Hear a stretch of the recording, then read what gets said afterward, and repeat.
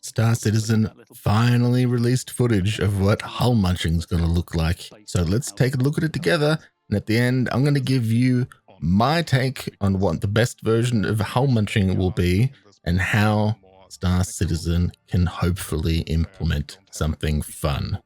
Let's go. We're going to be looking at the prototype for Munching, the next tier of salvage.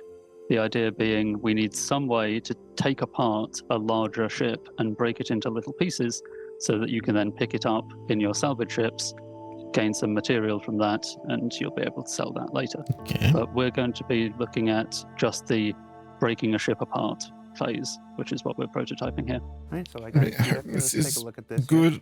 So obviously this is a vulture approaching a gladius. Yep. So for the prototype, we've added in a new munching mode, sub-mode to salvage. So all of that hull scraping UI has disappeared, and we're going down to just what we need for this prototype, which is the ability to break apart a ship, which at the moment is going to look exactly the same as if you blew it up with your guns, but in future that would look rather different. What's happening right here? I see the bar filling up on the left, Okay, but nothing's so happening with the ship.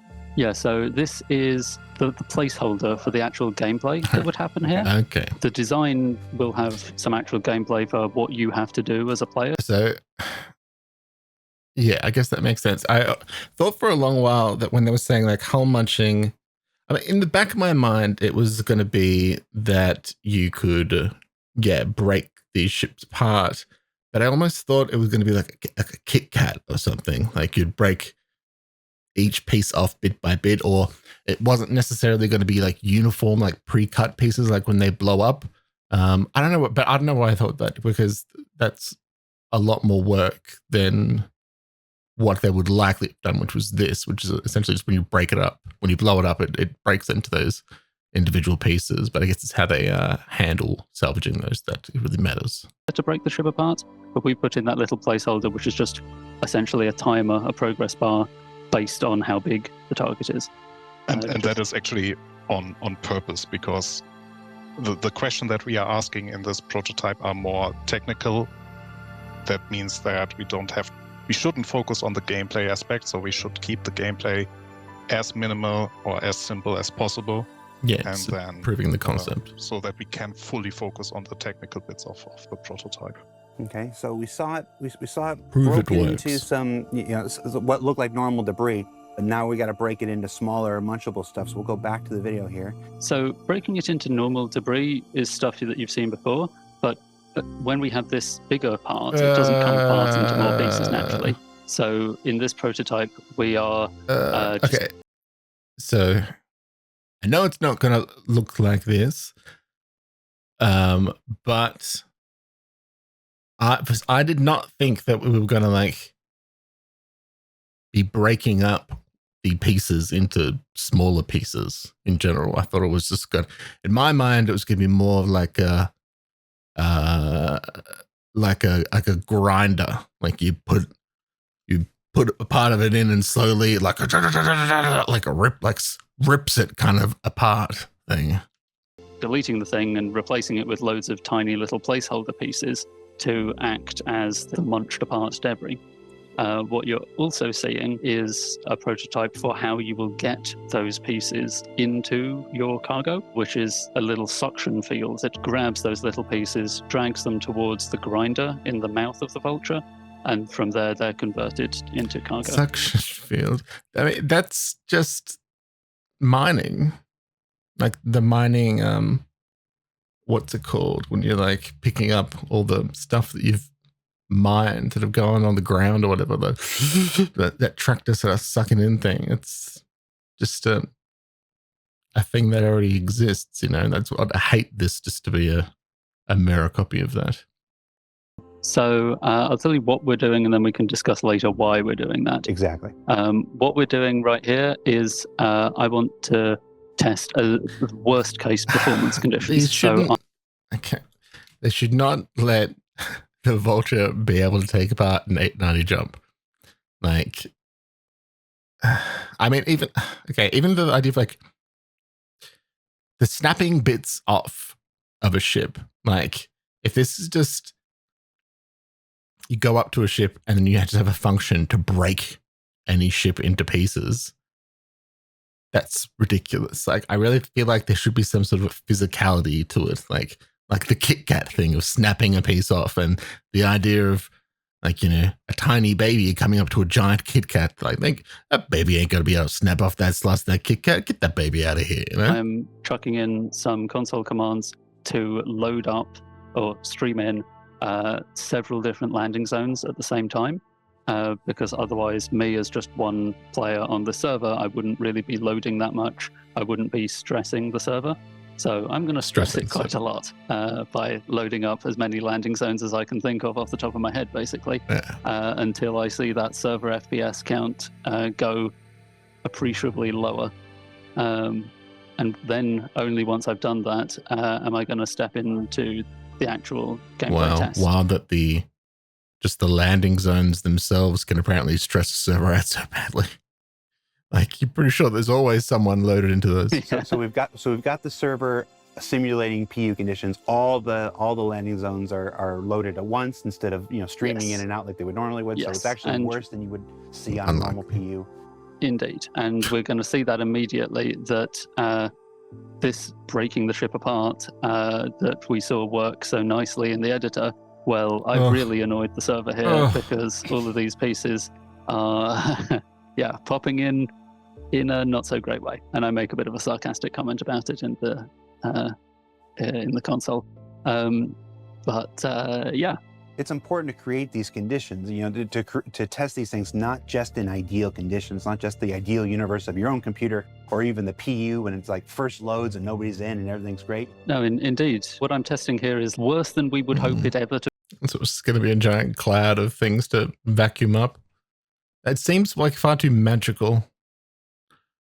I know it's missing all the actual visual effects, but come on. We don't want it to ever be this bad, but we got to test it because it might be. All right, so here's where beams would be shooting out, starting to break the ship apart. Yeah, there'd be extra gameplay here, there'd be VFX or whatever, but in the editor version, we saw pretty much as soon as the big piece disappeared, all those tiny little bits turned up. Well, it's not going to go that way in this situation. We're going to be waiting quite some time for all those little pieces to turn up. Just going to fast forward. This is them waiting for it to come back. Then what you might have seen in the first part is the conversion of materials. I don't know if you paid attention to the filler station bar that basically fills the SU crates in the backside of the Vulture, but that filled drastically faster than it would normally do with hull scraping. That means that it would be more painful for you to munch because you have to stand up from your seat more often, go down to the filler station, remove the boxes. So this is definitely an issue that we then have to solve because we really don't want to have this gameplay to be more tedious than it's That's interesting. Has to be. So we have to find a solution how we can make it more like kind of obvious thinking about it. Much nicer for the player to actually remove those crates there. Then the navigation around the pieces is also something that we notice isn't that fun. So we will probably utilize the tractor beams there because we are anyway working on them. But maybe that makes it much easier for players instead of flying around and getting the pieces between the fork of the Vulture and then having it disintegrate, but instead you pulling the pieces in with a tractor beam. The fork of the Vulture is very limiting in terms of what pieces will fit. So this is also something we learned. And a big thing is, which already is standing out, is how can we make it fun and unique for the Reclaimer. So we just were looking in the prototype at the Vulture. And how would the core even work? Our team was asking in the end of that prototype was like, system. Okay, how can we facilitate the claw and the uniqueness visuals or the uniqueness in general of the Reclaimer to actually facilitate Imagine that they just turn the Reclaimer into a giant vacuum cleaner. Out and be meaningful and fun. So speaking of which, let's go back to the video. I think we're about to get the entity spawns now. Any second, this is should playing be in the here. background while we've been be here talking. any moment now. Yes. There we go. There we go.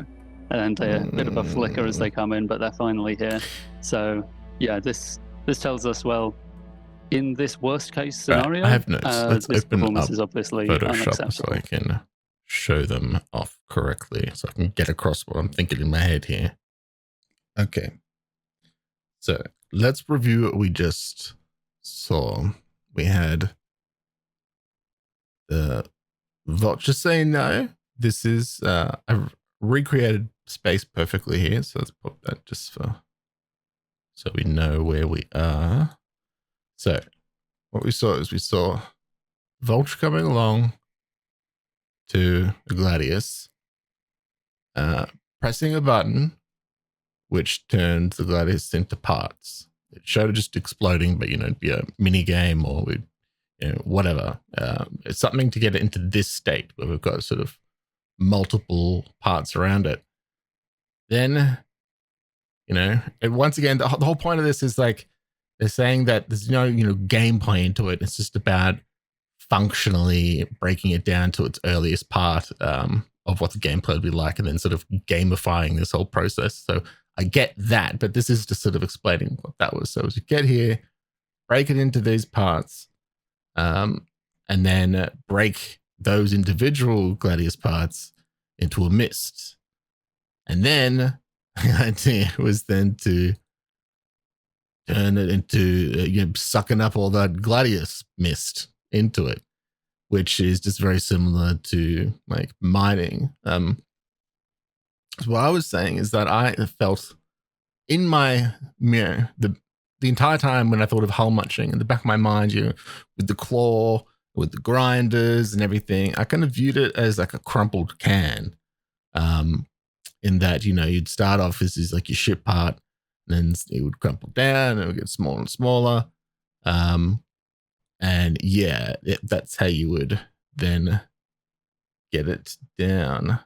But I was thinking, say if it was the reclaimer, reclaimer comes up and it's the Gladius. You turn the Gladius into Gladius parts, right? That bit I agree with. But I feel like it should sort of stay at this state, at this ship is in different parts state. And then say for the reclaimer, what it would do is, you'd use your claw, because claw has to sort of be a part of the gameplay. Claw comes out, junk, grabs its sort of one piece, right? And then that would pull it on board, because as we remember, one of the key parts of the reclaimer is that, look at this cross section here, is that we actually have like a processing room that's connected via this sort of claw. So this whole area here is, where these pieces would go. This was how I believe it should work. So I reckon Reclaimer should rock up, grab things with the claw, and then that stuff gets put into here to then be processed to the next stage, where unlike the trade-off would be for the vulture, if the vulture came up, it would only be able to lock onto one thing. Then you'd have to live process, this one piece kind of like out in the open here. With the benefit of the reclaimer is that you can suck up these sort of whole parts into here and then kind of go about your business collecting other parts as you've got, it's someone say over here sort of operating the disintegration or processing of these parts. Another thing that was brought up was the idea, because you get more material from these, then the downside is that you'd have to be getting up from your seat more often. Well, if we also went back to the can kind of description, what if it was just like how actual can compacting goes, where when you go and you collect this material, it's just like pouring it into a big sort of reservoir that you have. But it's only when you go out into the back where you normally, you run out the back, you hit eject, and then the one crate comes out. You put that somewhere, and then it's empty again, so you can go fill it up, whatever. Well, I feel like it should be, you should stay up at the controls, both in the Vulture and the Reclaimer, and fill up more than one SCU's worth, and then you come down, and then you like push them into cubes out of that reservoir, emptying that reservoir, and then you stack all your like cubes into the cargo hold, and then your reservoir's empty, and you can sort of refill it again.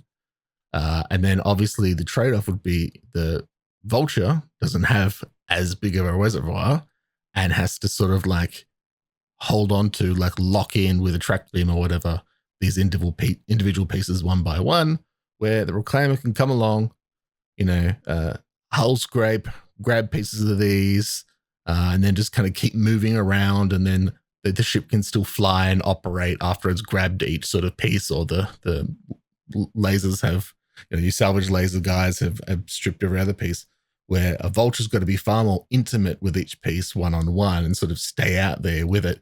Doesn't have this big processing room. I mean, you've got this giant processing room. The idea that there isn't a reservoir to keep all this sort of material in the system before you push into like a trash compacting cube one by one is ridiculous. That's sort of not in the game sort of already in the first place. And I mean, even like a trade-off for using the Reclaimer for like grabbing so much of this salvage stuff is that, when you come out here, maybe it's sort of like the SCU boxes that you kind of print out from it. Maybe you've got to like use a crane to one by one sort of like bring them in and drop them down and stack them one by one kind of thing. Or maybe they're larger boxes that you're kind of producing, so you can't move them around so easily as you normally do. Or maybe like, standing in here when these are kind of being processed in this part, it could be a whole, crushing kind of mini game that they've got to be able to operate in here before you can move more ship parts into there. So like you've got to process these ship parts in here to turn them into the, the can reservoir material, and then you can push that into cubes, and so it kind of has a more there's like a 3-stage kind of system rather than just the sort of like you can go in here then come out here. That's sort of my thoughts on it. The whole idea of just having another bunch of entities coming into the game, more like that when it like disintegrated it, as we did with the Gladius mist and like sucking light. If this Reclaimer turns into a giant vacuum cleaner, come on, no. That claw is not for vacuuming, dude. That claw is for coming out. Like it has to be. The claw's gonna come out. It's gonna grab it, and it's gonna pull it in. I mean, like even you could even say that, to maybe make it easier on the ship system, is that maybe that this claw is compact in its own right, so that when they come up, it grabs it and crushes it. By the time that the part is in here, it doesn't look like a Gladius anymore, but it doesn't look like some mist anymore. Maybe they look like maybe they look like pre-crushed cubes to a degree. Hold on, let's get this down to what size. Maybe it's sort of a beta version of the cargo stuff. The SCU boxes, because this mist business it's not fun for anyone.